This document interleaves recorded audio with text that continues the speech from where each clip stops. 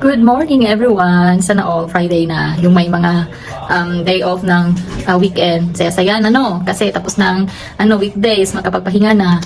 Sana all nakapagpahinga na, may sahod pa. Ko dito, pahinga lang, walang sahod. Ganun. So kakain ko lang ng aking breakfast, brown bread lang. Hindi na ako nagluto ng itlog. Pinarisan ko lang siya ng Ovaltine. So this time, nag-change ako ng preference. May nakita kasi akong Ovaltine sa Carrefour nung nag-grocery kami the other day. Sabi ko, why not try ko? And, magkasing lasa lang naman sila kunti ng Milo. Parang yung amoy ata yung magkaiba. Not ako sure. And then yan, kakain ko lang din ng yogurt. So far, so good mga people. Okay lang kami ni PB Girl. And yan, si Jaba, laro-laro. May mga, kailangan pa akong tiklupin doon, oh. Nakaantay sa akin. Currently, it's 10:24 na dito. So, not ako sure kung kakain ba bago ng lunch since kakatapos ko lang naman mag-breakfast. And later, at around mga 1:30, alis kami ni D. So, siya may pupuntahan doon sa may bandang Lupang. Ako naman is makikisakay. Makikihitch ako sa kanya. Pupunta ako ng Aybin Batuta. So, doon ako magdala-gala mga people. Sana all gala-gala kahit walang pera. Hindi, punta ako doon kasi maghanap ako ng damit pang bata. Kasi yung isa kong kaibigan at colleague, uuwi na siya for good. Kasi yun din, sabay kami na juntis. And uuwi na siya this coming 25th. So, kailangan ko rin maghanap-hanap ng gift for her baby. Kasi nung nagpunta sila dito, binigyan din nila ako ng gift, mga damit.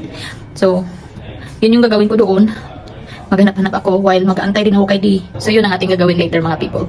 Before kami ang alis mga people, prituhin ko lang tong saging kasi sobrang hinog na, nakalimutan ko para mamaya hindi ako masyadong gutumin while naglalakad doon sa may mall. Pag gutumin doon, hindi kakain, pero ito muna ang lutuin ko, prito ko lang. Yan, nahiwa ko na, iprito ko lang siya sa mantika, tapos lagyan ko ng brown sugar.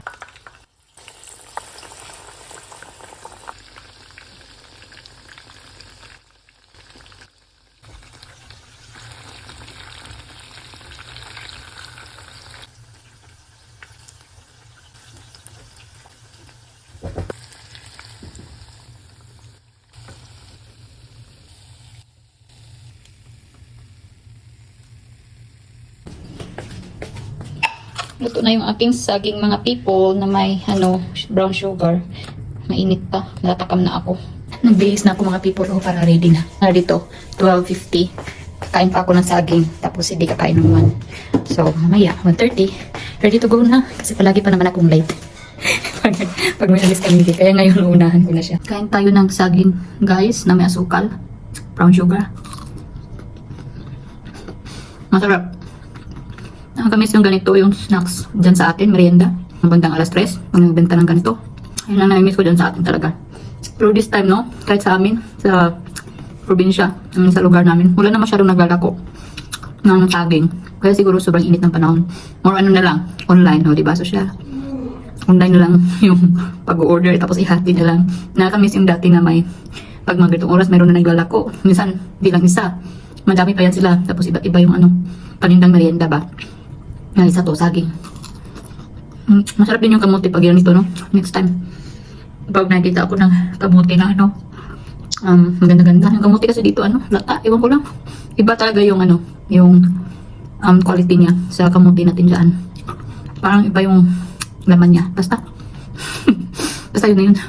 Kain muna ako mga people. This na tayo guys. Nagbitbit pa talaga akong bago. Kasi nagdala ako ng extra charger.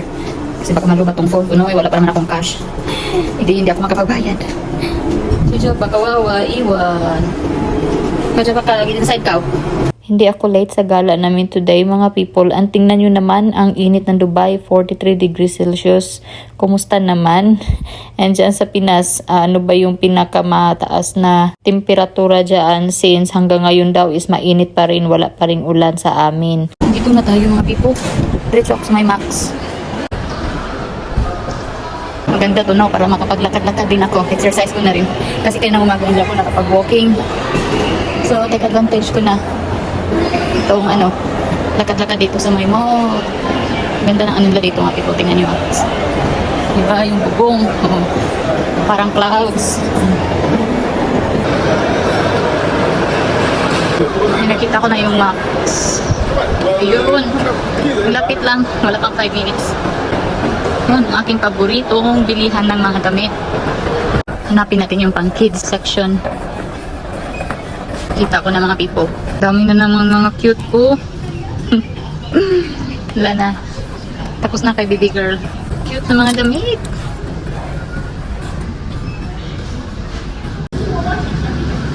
Ito yung binili ko last time.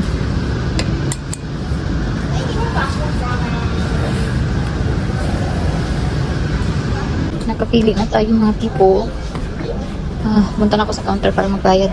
Tapos kain ako ng aking lunch sa may food court. Sa labas lang itong Max.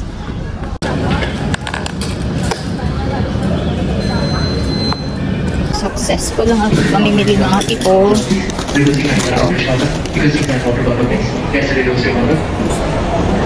Punta ako ng food court. So yun lang yung food court. Sa harap lang. Buti na talaga. Hindi na ako maghahanap. Gutom na ako. Nung oras na ba dito? Alas 3:14 na. No wonder why. Gutom na si Juntis. Dito na ako sa food court na table nakaupo. Nantay ko si May. Naisip ko sa bedla kami kumain. Kaya pa naman. Hindi pa siya nag-reply eh. Hintayin ko lang siya. May Chowking mga people. Dito tayo sa Chowking, guys. Thank you. Wala kaming diet. Okay. Meron kami Mountain Dew 7 Chowking ako nag-order mga people kasi may halo-halo.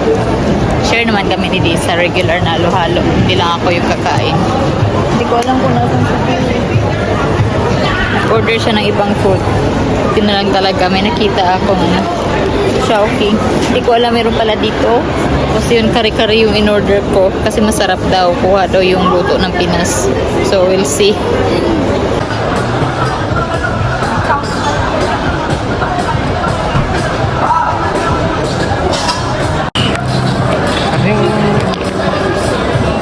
Look at it, bro. Can I have little corn? Thank you, man. Sarap nito. Halo-halo. Kain tayo guys. After namin kumain is naglakad-lakad kami kasi sobrang busog ko talaga nito. And grabe, ang sarap ng Chowking kare-kare at saka yung halo-halo. Na-miss ko talaga yun. Then si Dee, gusto niyang pumasok sa loob ng Virgin Megastore para magtingin-tingin lang. Isa talaga to sa tindahan na gusto-gusto niyang puntahan mga people pag nagpupunta kami ng mall. Kaya yan, nagtingin-tingin lang naman kami, hindi kami namili. Alas 6:17 na mga people. Ngayon pa lang kami uuwi. Init. Matagal-tagal namang oras namin naiwan si Jaba. Kawawa na naman yung asong yun. Chinek ko siya sa camera and goods lang. Andun lang siya sa harap ng pintuan natutulog. And tingnan nyo guys, ang daming tutubi. First time ko nakita ng ganito kadaming tutubi dito sa UAE. Sa bahay na kami. Yan si Java. Nagpapalambingan naman agad. Tuwang-tuwa siya eh. Karating na kami. Alas 7 na dito. Eksakto. Ngayon pa lang kami nakauwi. Ano siya ba? Good boy. Say hello guys. I'm a good boy. Hindi na ako nagluto ng aming dinner mga people. And hindi na rin kami nagpa-deliver ng kahit anong food. Kasi diba kakain lang namin ni Dee doon sa may food court. So ang ginawa namin is si Dee, kumain lang siya ng prutas na may yogurt. Tsaka sa akin naman, tumungga lang ko ng gatas and langka kanina. Kalahati lang kinain ko ng langka kasi gabi na, no? Tapos yung buto, inipon ko. Iniisip ko na, ilaga. And midnight na dito. Kanina hindi kami nanood ng series sa Netflix kasi naglaro ako ng Super Mario. Yung classic one, Super Mario.